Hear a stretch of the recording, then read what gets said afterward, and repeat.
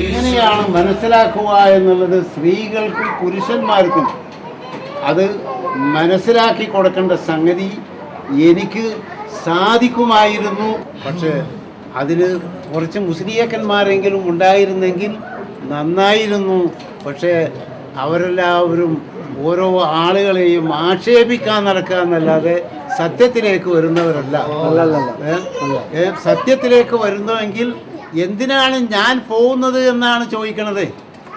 അത് എനക്കറിയില്ലടാ, എന്നെ പോലത്തെ ഹമുക്കുകൾക്കെല്ലാം അറിയില്ല, ഞാനാണ് പോകേണ്ടത് അവിടെ എന്ന് പറഞ്ഞപ്പോൾ പലരും കൂടി അതിന് എതിർക്കുകയാണ് ചെയ്തത്. കാരണം സമസ്തക്കാരുടെ ഓർമ്മ അവരാണ് ആലിമീങ്ങൾ എന്നാണ്. അവർ ആലിമീങ്ങളാവോ? എങ്ങനെ ആലിമീങ്ങളാകണം? ഒരു ആലിം എന്ന് പറഞ്ഞാൽ എന്താണ്? സാധാരണക്കാരനാണോ ആലിം? അതല്ലെങ്കിൽ മുത്തഫരിദോ നൂറുൽ അബ്സാറോ ഓതലാണോ ആലിം?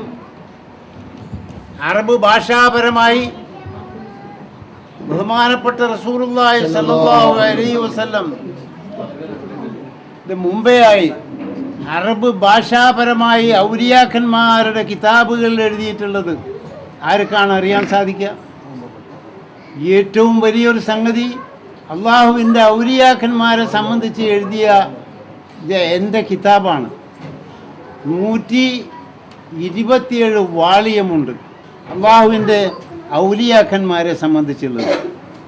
അത് ഈ പിന്നെ ഓതാൻ വന്ന പള്ളിക്ക് മൗലൂദ് ഓതാനും ആളുകളെ കുറ്റം പറയാമെന്നവർക്കും സാധിക്കുമോ?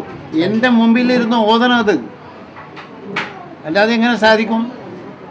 എന്താണ് വിലായത്ത് എന്ന് പറഞ്ഞാൽ? അലാ ഇന്ന ഔലിയാ അല്ലാഹി ലാ ഖൗഫുൻ അലൈഹിം വലാ ഹും യഹ്സനൂൻ.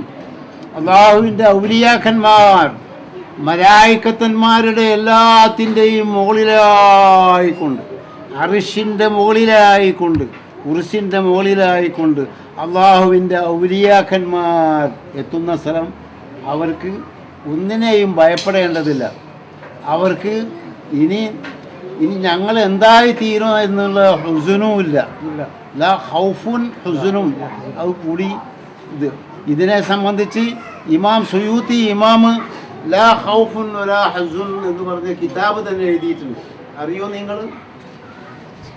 അതുകൊണ്ട് അള്ളാഹുവിൻ്റെ തൗഫീഖിനാൽ എന്നെ ആര് മുടക്കിയിരുന്നാലും ശരി, ഞാൻ ഇദ്ദേഹത്തിനെ കണ്ടതിൻ്റെ ശേഷം എനിക്ക് മറ്റൊരു സംഗതിയുള്ളൂ എന്ന് ഞാൻ ഇദ്ദേഹത്തിനെ കണ്ടുകൊണ്ട് അവിടെ ഇരിക്കുന്നുണ്ട്. അറിയോ നിങ്ങൾക്ക്? അല്ലാഹു സുബ്ഹാനഹു വ തആല ആ വക സംഗതിയിലെല്ലാം ഇരുവീട്ടിൽ നമുക്ക് ഖൈറും ബർക്കത്തും അല്ലാഹു സുബ്ഹാനഹു വ തആല ചെയ്ത് അല്ലാഹു നമുക്ക് ഇനി